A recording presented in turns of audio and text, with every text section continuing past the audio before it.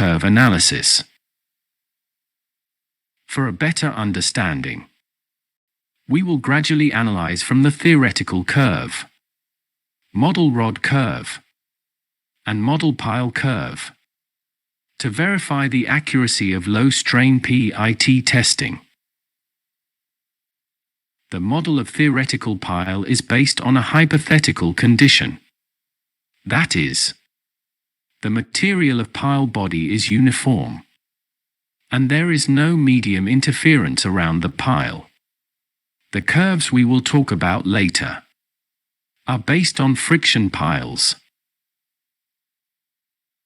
The left side is the model pile, and the upper right side is the velocity time history response curve. Generally, it is less seen below, which is a stress wave propagation roadmap. Because this pile is a friction pile, it will get a reflection in the same direction at the pile bottom, which is the same as the phase of the pile head. From the path curve of stress wave propagation, the stress wave will reflect on the pile bottom.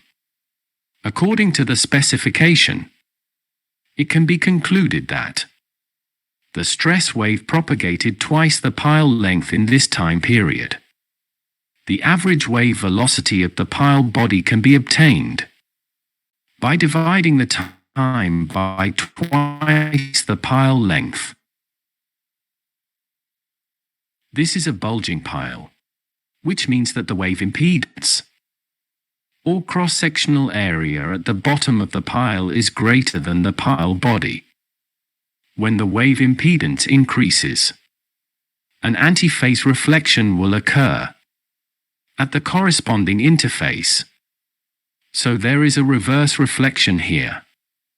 Because the pile is a friction pile, there is a reflection in phase at the bottom of the pile, which is the curve of an bulging pile. In the actual testing site, we may collect another kind of curve, which is opposite to the direction here. That kind of situation is the rock socket pile containing sediment. This is an end-bearing pile. The strength or wave impedance of the bearing layer at the bottom of the pile is larger than that of the pile body, and its bottom reflection is opposite to the incident wave. This is a necking pile. What we see is that the pile reflects the reduced diameter in the form of cross-sectional area. This necking is a whole necking to the end, and there is no restore process in the middle. So it will produce a reflected wave at the corresponding necking position, and the reflection is in the same direction as it. Since it is close to the pile top, multiple reflected signals will be generated. Here we can see the primary, secondary, and tertiary reflected effect. And even after the pile bottom, we can see 4 reflections. So how do we generally look at multiple reflections?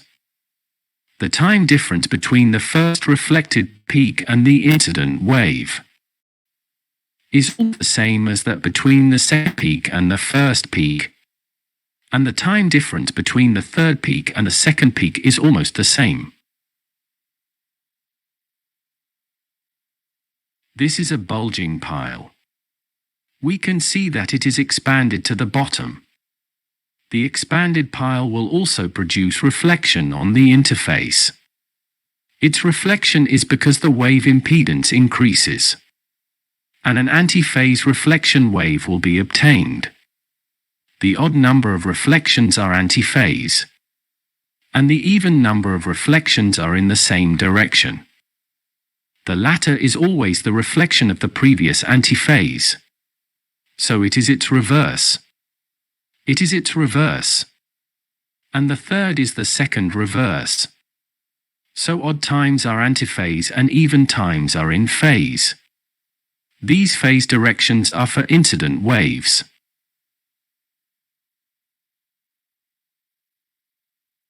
This is the case of the restoring after the necking of the shallow part. The position of the necking will produce a reflection, and the process of restore will also produce a reflection.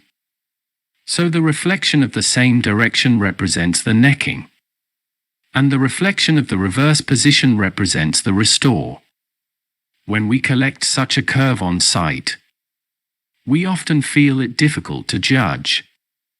In this case, it is suggested to increase the excitation frequency and try to separate the reflection of this defect from the front wave. The necking in the middle is easy to judge, because it is completely stripped from the inside of the front wave. Through this path map, we can see that this is the secondary reflection, which is the reflection of the bottom.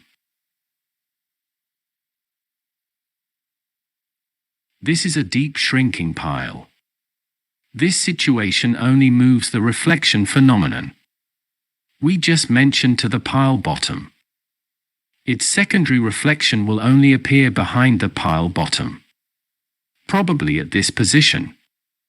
So it is difficult to judge its secondary reflection. Of course, if the acquisition time is long enough, you can also see its secondary reflection. This is the pile with bulging in the middle. Through the propagation path of the stress wave, we can see that the antiphase reflection occurs at the enlarged position, and there is the same direction reflection at the restore position. Its secondary reflection is here. This is the primary reflection of its enlarged diameter, and the reflection at the bottom of the pile is here. This curve can only be studied in theory. No one can judge this curve clearly in the actual construction site, because it is based on the absence of external interference. This gradually expanding part deviates from the baseline, which is the process of restoration, affected by the soil around the pile and other aspects on the site. This curve itself deviates from the baseline, which is difficult to judge clearly. Therefore, this curve can only be studied in theory, which is difficult to judge. This is a shallow enlarged pile. Since there is no external influence, a reverse primary reflection, secondary reflection, tertiary reflection 4 times and 5 times are superimposed immediately after the incident wave. Pay attention to this curve, which is often measured in field tests.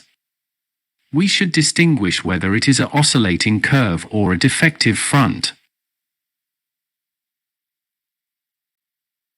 This is a typical 4-type pile in the standard low-frequency large vibration curve.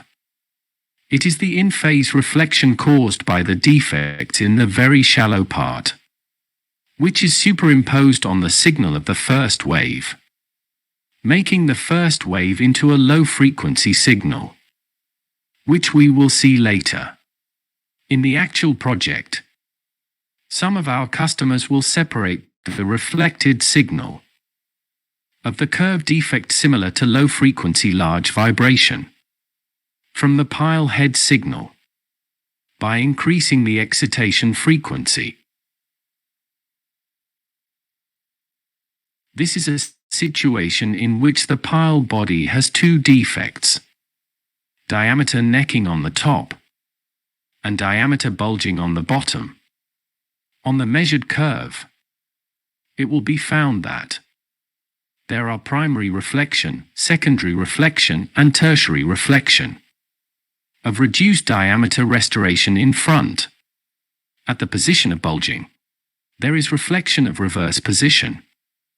It should be noted that multiple reflections of necking may be superimposed with bulging, resulting in signal confusion and difficult to judge. This is a pile with shallow bulging deep necking. We can see that There is a first reflection and a second reflection in the shallow bulging. And when the second reflection is not over, the reflection in the same direction of the necking is superimposed. This is the case that there are two necking positions on a pile. In the first necking, we can see the first reflection and the second reflection. At the third reflection, the first reflection of the second defect is also superimposed, causing its amplitude to be higher than that of the second reflection of the first reflection, and the frequency width has changed. After reading the theoretical curve, let's look at some model bar curves. I suggest, if possible, you can make some model bars, so you can practice. Let's first look at a Ptfe Model Rod. The rod is 1.5 meters long, 0.05 meters in diameter, and the wave speed is about 700 meters per second. A necking is made in the middle of the bar, which is fixed at the same position. This is a style drawing. What kind of curve have we measured on this bar? This is the incident wave of the rod head, the rod bottom, and the defect. This is close to the theoretical curve we mentioned earlier. The analysis shows that there is a defect at 0.92 m. We notice that the amplitude of this is lower than that of the bottom of the rod, because there is no external influence. So the degree of this defect is not very serious, and most of the energy can be reflected back through the pile bottom. The basic parameters of the second model rod are similar to those of the first one, but the reflection amplitude of this curve defect is larger than that of the rod bottom, assuming that we represent the change of wave impedance by area. The area change of defect itself is very large, so most of the energy is reflected to the rod head, and the energy transmitted to the rod bottom is weak. Therefore, compared with the defect just now, the degree of this defect is larger. The defect is located at 0.97 m. This is also the same rod, which is complete. It's easy for everyone to judge the rod head and the rod bottom.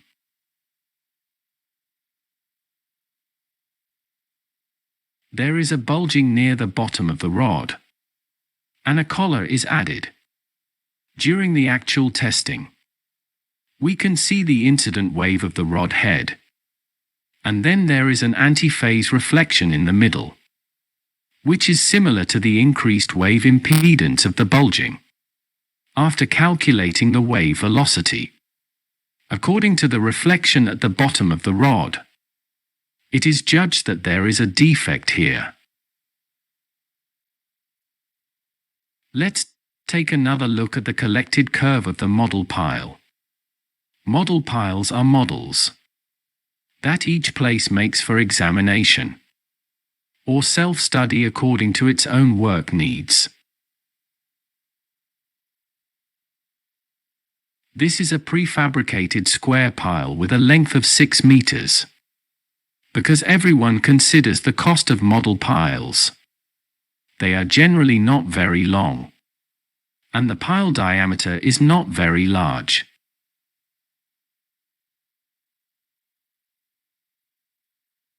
Next, let's look at the curve.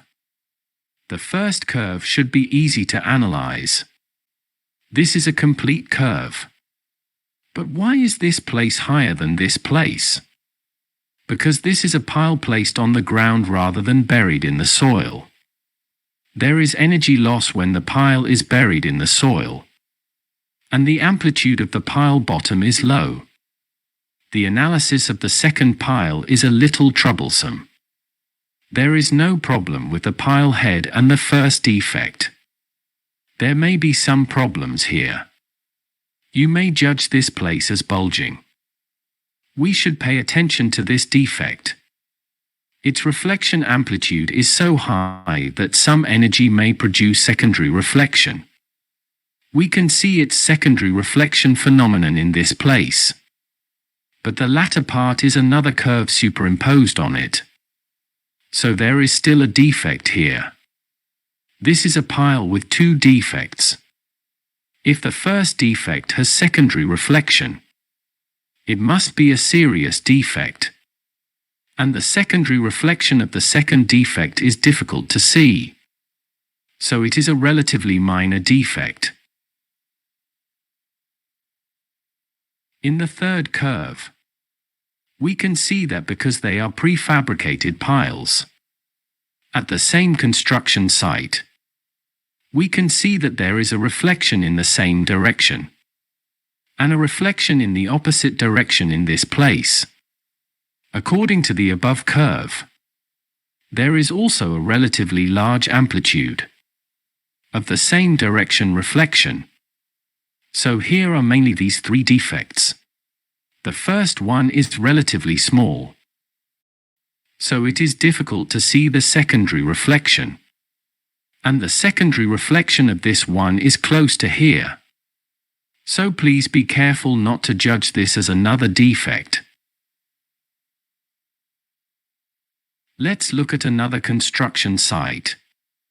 The cast-in-place pile is 10 to 13 meters long. And the pile diameter is relatively large, 1.2 meters. Let's look at its curve. The incident wave at the pile head is easy to understand. And the reflection in the same direction at this place is also easy to judge. The reflection at the pile bottom is relatively clear. Similarly, you may notice the reverse bit in this place. In fact, there is a process of secondary reflection in the early stage. As for the mud inclusion mentioned here, low strain has no ability to judge this situation. Sometimes it is necessary to make auxiliary judgments.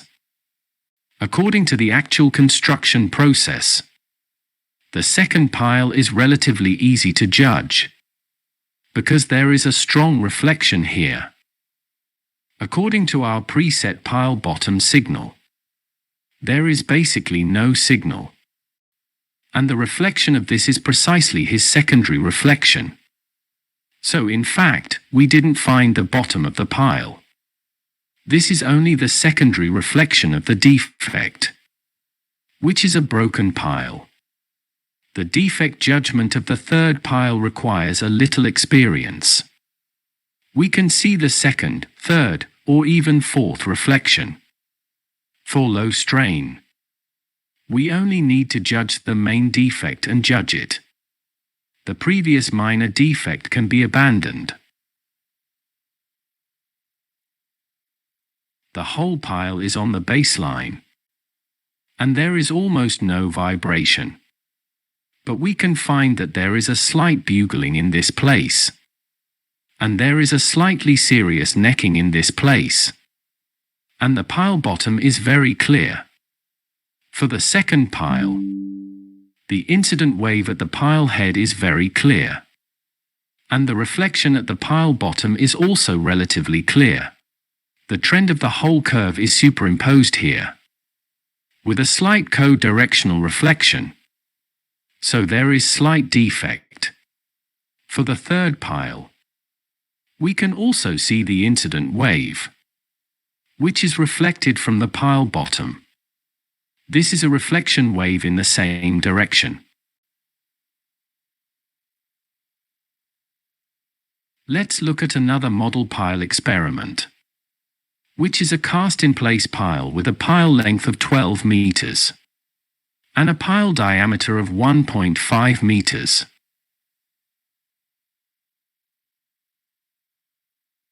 This is due to the influence of the soil around the cast-in-place pile and the bearing layer at the bottom of the pile.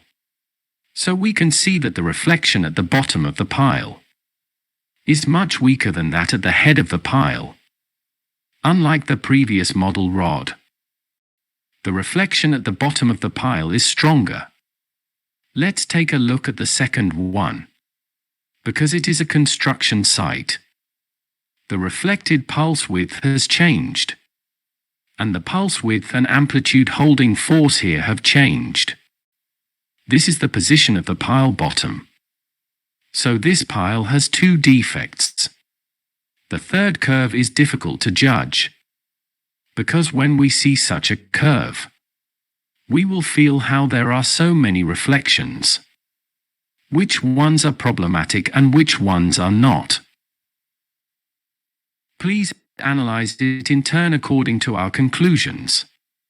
First of all, we can see that there is an obvious decline process after this curve comes here, because its overall baseline is a development process.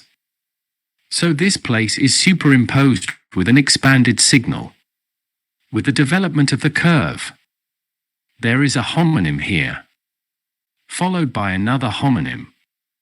The amplitude of the latter one is higher than that of the previous one.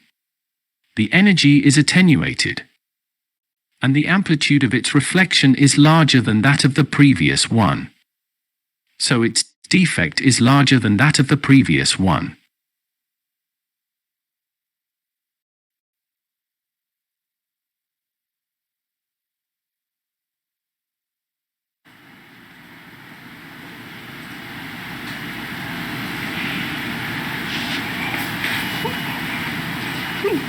And now we will have a demo for PIT testing indoor. We prepared a modern pile, and our engineer will show you how to connect, install the sensor, how to do equipment settings, and data connection. Now you can see the mod pile is about 1.5 meters long. As you see, we made a defect, locking down at about 50 centimeters from the top and about 98 centimeters from the bottom. The wave velocity of these materials is about 735 meters per second. Now we will make a demo to test the model pile and to see whether we can locate the defect accurately. First, we need to connect the sensor with the equipment.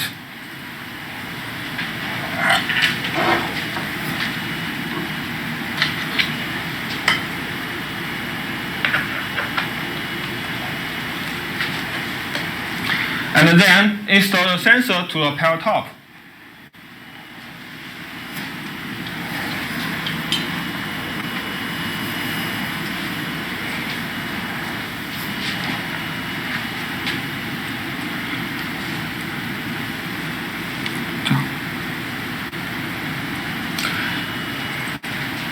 And switch on the equipment and to set the parameter.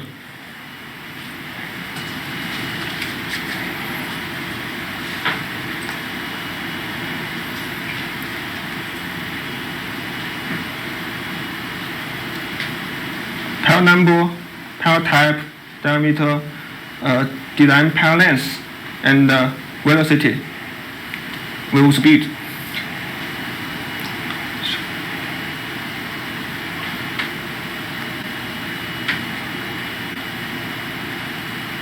And we use the acceleration sensor to test the pile. Click OK. Click sampling. Click sampling and then to exit the signal by hammer on the pile top.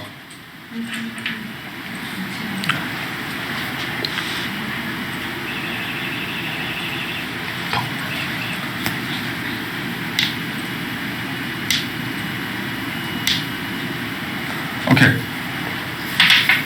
Then with the waveform and to do the basic analysis on seat.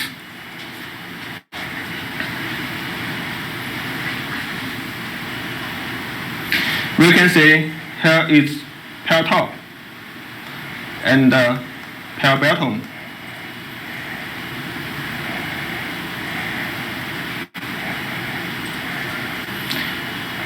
And then this is the defect.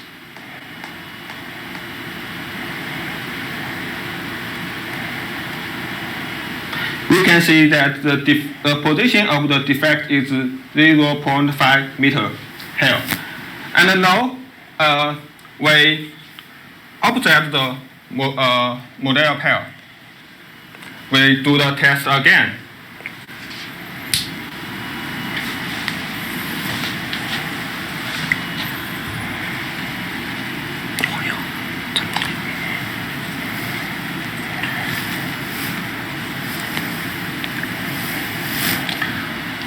Okay.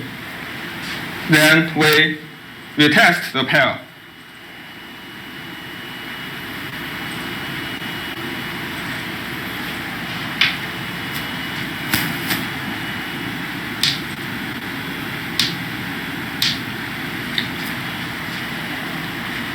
And analyze the data again.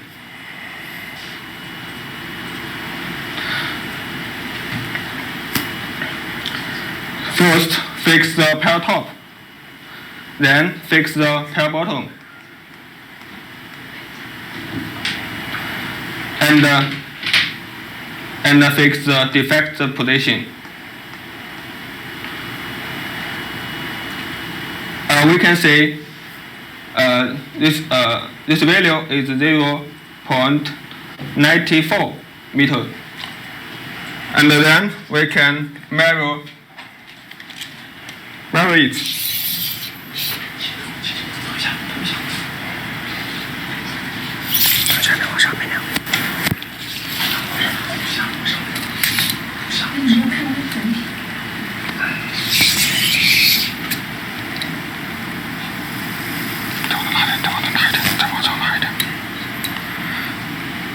Okay, the position of defect is 96 centimeter. It's nearly same. So then the demo is over.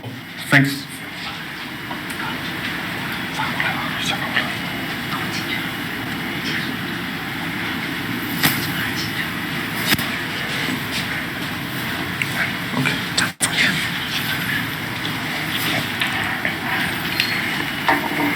For time limits, the question that we didn't answer or will be sorted out after the training course and share with you in the form of documents by email.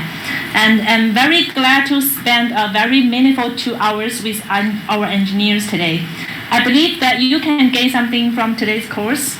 The training certificate will be issued to you by email within 2 weeks after the training course, only for our signed engineers. Finally, I would like to thank our supporter of this course, ERTC, CV, GESE, GO Indo Techno staff. Thank you for your support and help to this training course. Also, I would like to thank all the participants today. If you have any advice for our training course, you are welcome to contact with us. We will be appreciated. That's all for today. I hope we can meet you next time. Thank you again. Bye-bye.